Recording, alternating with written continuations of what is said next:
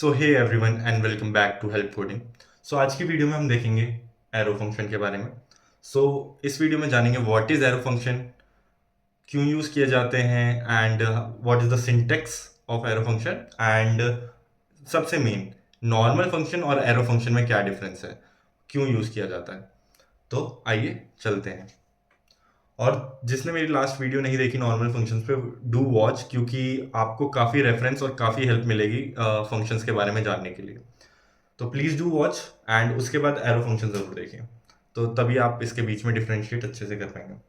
तो इधर मैंने कुछ पॉइंट्स लिखे हुए हैं पहले से ही, जैसे फर्स्ट पॉइंट है syntax, second argument, third hoisting और फोर्थ दिस कीवर्ड। ठीक है, तो हम इन चारों के बेसिस पे ही इसे डिफ्रेंशिएट करेंगे। सबसे पहले आता है सिंटेक्स, मेन थिंग, कि पहले पता तो होना चाहिए वो दिखता कैसे है, लिखते कैसे हैं। तो सबसे पहले उसके बारे में जानते हैं। ठीक है, कोई नहीं। तो अब हम पहले लिखेंगे फंक्शन, जैसे से हेलो एंड ब्रैकेट, इसमें लिख देते हैं कंसोल डॉट लॉग हेलो, और इसे दे देंगे ब्रैकेट के अंदर। सेव करा दिया, बट अभी कुछ दिख नहीं रहा क्योंकि अभी हमने इसे कॉल नहीं करा। तो जिसने मेरी लास्ट वीडियो नहीं देखी, प्लीज़ डू वॉच, आपको ये सब बेसिक सब पता चल जाएगा उसमें। तो ये मैंने सेव करा है एंड हेलो प्रिंट हो रहा है। ये क्या था, ये है नॉर्मल फंक्शन। तो आपने इसका सिंटेक्स याद होगा। अब इसे हटाते हैं एंड अब देखते हैं कि फैट एरो फंक्शन या एरो फंक्शन को कैसे डिफाइन करते हैं। तो लिखेंगे कॉन्स्ट, अगेन जो हमें उसका नेम देना है वो is equals to brackets and फिर कंसोल डॉट लॉग हेलो। अभी ये नहीं आ रहा क्योंकि हमने इसे कॉल नहीं किया। कॉलिंग जो फंक्शंस की होगी, चाहे वो एरो फंक्शन हो या नॉर्मल फंक्शन हो, कॉलिंग सेम ही होती है। उसका नेम ब्रैकेट, वो उससे ही कॉल होता है एंड सी हेलो प्रिंट हो गया। तो ये था सिंटेक्स एरो फंक्शन का। अब इन केस अगर हमें आर्ग्यूमेंट पास करनी है तो नॉर्मल फंक्शन में हम आर्ग्यूमेंट कैसे करते थे, जैसे ऐड ले लेते हैं, ए कॉमा बी ले लिया एंड ब्रैकेट, रिटर्न करते हैं हम ए प्लस बी एंड ऐड को कॉल करते हैं, 9,9 दे दिया। अच्छा, ये क्यों नहीं हुआ, क्योंकि वो रिटर्न कर रहा है, कंसोल नहीं कर रहा है। तो उसने वैल्यू भेजी होगी, तो उसे अब कंसोल मतलब प्रिंट करना तो हमारा काम है। तो कंसोल डॉट लॉग किया एंड 18 आ गया। सी, इट इज वर्किंग। अब यही फैक्ट एरो फंक्शन में कैसे लिखते हैं, इसे मैं कमेंट कर देता हूँ जिससे आप डिफरेंस समझ पाए कि एरो फंक्शन और नॉर्मल फंक्शन में क्या है सिंटेक्स में। तो फिर से मैंने कॉन्स्ट लिया, नेम इस बार सेम रखेंगे, add equals to bracket A comma B दे देंगे। ठीक है, एंड हम क्या करते हैं फंक्शन में रिटर्न। इसलिए मैं बार बार कह रहा हूँ पिछली वीडियो देखना, क्योंकि आपको ये समझ आएगा कि रिटर्न और कंसोल क्यों होता है और कैसे होता है। एंड मैंने इधर रिटर्न किया एंड मेरे को आउटपुट मिल गया 18। तो जो हमारा है एरो फंक्शन है वो भी सिमिलरली रिटर्न करता है, बट इसमें एक डिफरेंस है बहुत मेजर। जैसे ये वन लाइन रिटर्न कर रहा है, ए प्लस बी एक स्टेटमेंट को रिटर्न कर रहा है, तो इसे हम और शॉर्टकट वे से लिख सकते थे। तो मेरे को ये ब्रैकेट लिखने की ज़रूरत नहीं है, और ये रिटर्न भी मैं हटा सकता हूँ। तो ये सिंगल स्टेटमेंट है, तो मैं डायरेक्टली जो ये मैं साइन बना रहा हूँ इक्वल्स टू और लेस देन का साइन है, तो ये ए प्लस बी आएगा, मैं सीधा इसे लिख सकता हूँ। और ये मेरे को मैं सेव कराया, तो अभी आपको डिफरेंस नहीं पता चल रहा होगा, तो मैं इधर 10 कर देता हूँ। 19 बिल्कुल परफेक्टली वर्क कर रहा है। तो एरो फंक्शन में हमें ये एडवांटेज मिलता है, इसे हम शॉर्ट कर सकते हैं इफ अगर हमारी जो रिटर्न स्टेटमेंट है वो सिंगल लाइन है। तो हम सीधा साइन के बाद विदाउट यूजिंग रिटर्न स्टेटमेंट हम अपनी कंडीशन लिखेंगे, जो मैंने लिखी ए प्लस बी, और उसने उसे रिटर्न कर दिया, और ना हमें इसमें ब्रैकेट की ज़रूरत। बट अगर रिटर्न स्टेटमेंट के आगे या पीछे, या मतलब इसके एक लाइन से ज़्यादा कोड है कि इसके ऊपर और भी कुछ कंडीशंस हैं, तो आपको ब्रैकेट का ज़रूरत होगी। एंड अगर ब्रैकेट आ गए तो आपको रिटर्न लिखना भी बहुत ज़रूरी है, तभी ये रिटर्न करेगा वैल्यू। ठीक है, तो ये आपने एक और चीज़ समझी कि इसे शॉर्टकट में कैसे लिख सकते हैं, एंड हाउ सिंटेक्स और क्या कहते हैं अगर आर्ग्यूमेंट पास करनी है तो वो कैसे होते हैं। अब पॉइंट है आर्ग्यूमेंट्स। आर्ग्यूमेंट्स क्या है, जिन्होंने मेरी लास्ट वीडियो देखी होगी वो समझ गए होंगे आर्ग्यूमेंट्स हमने क्यों यूज़ किया था। बट फिर से एक बार देख लेते हैं। ऐड किया हमने, ठीक है, फंक्शन बनाया, कंसोल डॉट लॉग करेंगे इस बार, क्या करेंगे आर्ग्यूमेंट्स को। इधर ऐड को मैं कॉल कर देता हूँ और इसने मेरे को आर्ग्यूमेंट पास कर दिया, जैसा आप देख सकते हैं। अब ये इसमें वैल्यू नहीं आ रही क्योंकि मैंने वैल्यू पास ही नहीं करी, और ये मैंने सेव करा तो आप इधर वैल्यू देख सकते हैं, हमें आर्ग्यूमेंट्स में वैल्यू मिल रही है जो भी हमने पास करी थी। ठीक है, अब देखते हैं ये सेम चीज़ फैट एरर फंक्शन में काम कर रही है या नहीं कर रही। इधर डिफरेंट कर देते हैं, यहाँ पे ये एक पॉइंट यहाँ पे फिनिश हुआ हमारा, ये दूसरा चल रहा है। ठीक है, तो हमें करना था फैट एरर फंक्शन में कॉन्स्ट लिया, ऐड किया, लिखा ब्रैकेट ऐसे नहीं इक्वल्स टू के साथ, देन साइन ये एंड कंसोल डॉट लॉग। क्या करना है, आर्ग्यूमेंट कीवर्ड को चेक करना है कि वो आ रहा है या नहीं आ रहा। आर्ग्यूमेंट सेव, और इसने मुझे क्या दिया, एरर दे दिया कि आर्ग्यूमेंट इज नॉट डिफाइंड। सो हम एक डिफरेंस मिला कि जो आर्ग्यूमेंट कीवर्ड है, आर्ग्यूमेंट्स, वो हमारे नॉर्मल फंक्शन में तो काम करता है, बट वो हमारे फैट एरो फंक्शन या एरो फंक्शन में काम नहीं करता है, वो हमें एरर थ्रो कर देगा। तो अब इसमें हम कैसे कर सकते हैं, तो मैंने आपको लास्ट वीडियो में एक और तरीका बताया था जो कि था स्प्रेड ऑपरेटर। अब मैं चेक कर लेता हूँ कि इसमें मेरे पे आया या नहीं। सेव किया और ये इसने मेरे को दे दिया जो भी मैंने उधर सारी वैल्यू पास करी थी with the help of spread operators.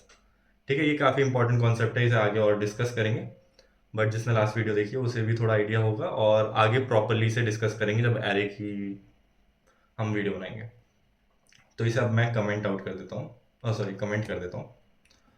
Third point है होइस्टिंग। बहुत इंपॉर्टेंट पॉइंट है, बहुत इंटरव्यूज में भी पूछा जाता है। आइए समझते हैं। मैंने इधर फंक्शन लिया जैसे से हेलो, ठीक है, ये नॉर्मल फंक्शन ले रहा हूँ मैं, इधर करवाया है कंसोल डॉट लॉग हेलो। ठीक है, से हेलो इज ऑलरेडी डिफाइंड। हाँ, इसे एक बार कर लेते हैं कॉपी और इन सबको कर देते हैं कमेंट आउट। ठीक है, अब परफेक्टली फाइन, और इसे पेस्ट किया, ये चल रहा है। ठीक है, अब होस्टिंग क्या करता है, इसे अगर मैं पहले कॉल करूं और फिर इसे डिफाइन करूं तो क्या होता है, कोई डिफरेंस नहीं है, इसने मेरे को कोई एरर नहीं दिया। ठीक है, होस्टिंग यही समझाती है, क्योंकि जब हम फंक्शन को लिखते हैं तो ये मेमोरी में ऑलरेडी चला जाता है, तो इसलिए ये एरर नहीं थ्रो करता। बट जो हमारा एरर फंक्शन है, यहाँ पे अगर मैं बोल लूँ कॉन्स्ट से हेलो,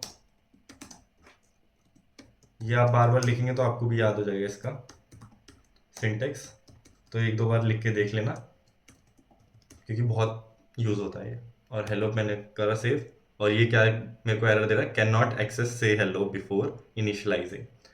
तो जो हमारा नॉर्मल फंक्शन होता है उसमें कोई प्रॉब्लम नहीं आई क्योंकि उसमें हमारी होस्टिंग काम करती है, बट हमारे एरो फंक्शंस के साथ वो नहीं करता काम।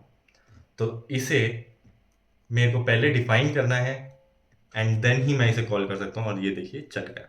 ठीक है, तो थर्ड पॉइंट में हमने होस्टिंग के बारे में पढ़ा।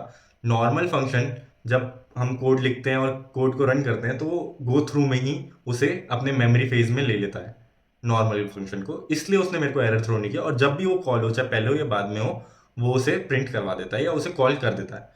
बट ये चीज़ हमें एरो फंक्शन में हमारे पास नहीं है। ठीक है, इसे मैं कमेंट कर देता हूँ, एंड अब समझते हैं किसके बारे में, दिस कीवर्ड के बारे में।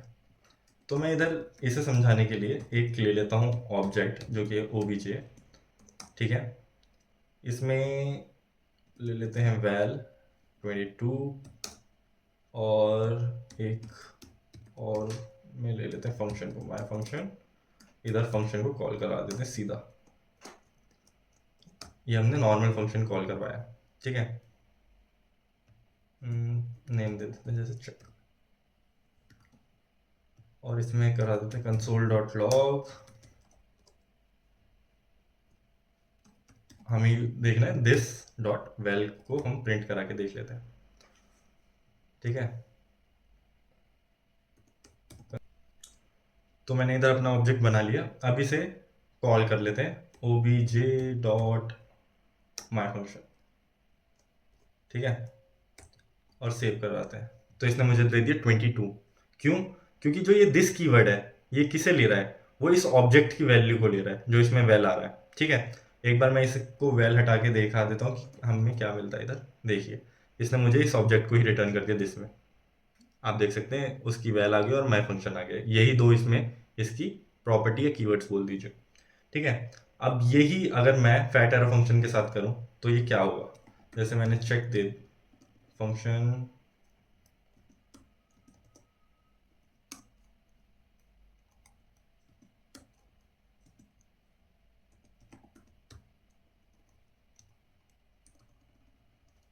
इसे सबको हटा दो।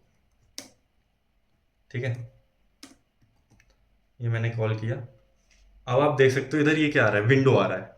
मैं एक बार इसे दिस डॉट वैल करके देखूं कि ये मेरे को दे रहा है या नहीं, और इसने मुझे अनडिफाइंड दे दिया। ऐसा क्यों? क्योंकि ऑब्जेक्ट के अंदर वैल तो कीवर्ड है। क्योंकि जो ये, अगर मैं अब वैल को एक बार हटाऊं तो ये आया विंडो। अब मैं इसे समझाता हूँ अच्छे से।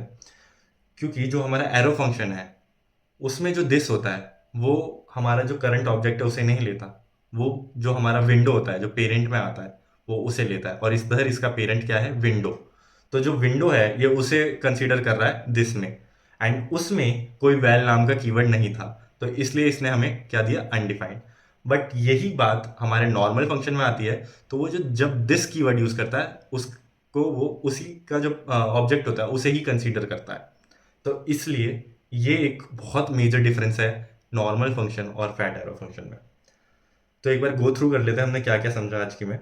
सबसे पहले हमने देखा सिंटेक्स में डिफरेंस, कि दोनों नॉर्मल फंक्शन और एरो फंक्शन के क्या सिंटेक्स है। दूसरा डिफरेंस हमने देखा था आर्ग्यूमेंट, जो कीवर्ड है वो यूज हो पाता है या नहीं हो पाता, और किस में हो पाता है और किस में नहीं। तो नॉर्मल फंक्शन में हो जाता है, बट एरो फंक्शन में उसे हम यूज नहीं कर पाते। थर्ड आता है हॉइस्टिंग। हॉइस्टिंग में क्या था, जो हमारा नॉर्मल फंक्शन है चाहे उसे बाद में कॉल करो या पहले कॉल करो वो हमें एरर नहीं देता था, वो कॉल हो जाता था।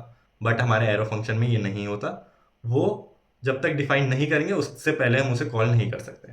And last and most important, this keyword. Normal function में जो दिस होता है वो उसका ऑब्जेक्ट होता है, बट जो हमारे एरो फंक्शन में दिस होता है वो पेरेंट मतलब हमारे विंडो ऑब्जेक्ट को कंसीडर करता है। सो आज की वीडियो के लिए इतना ही। इसको थोड़ा एडवांस में बाद में समझेंगे, अच्छे से और समझेंगे जैसे जैसे हम अपने वीडियो में प्रोग्रेस करेंगे।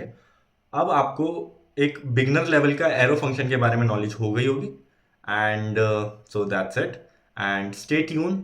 आगे ये ट्यूटोरियल बहुत ज़्यादा एडवांस तक जाएगी, तो स्टे ट्यून एंड साथ बने रहिए, क्योंकि साथ बने रहोगे तभी इस ट्यूटोरियल का फ़ायदा है। एंड आई गारंटी यू ये ट्यूटोरियल आपके कॉन्सेप्ट बिल्कुल क्लियर कर देगा। So thank you and bye.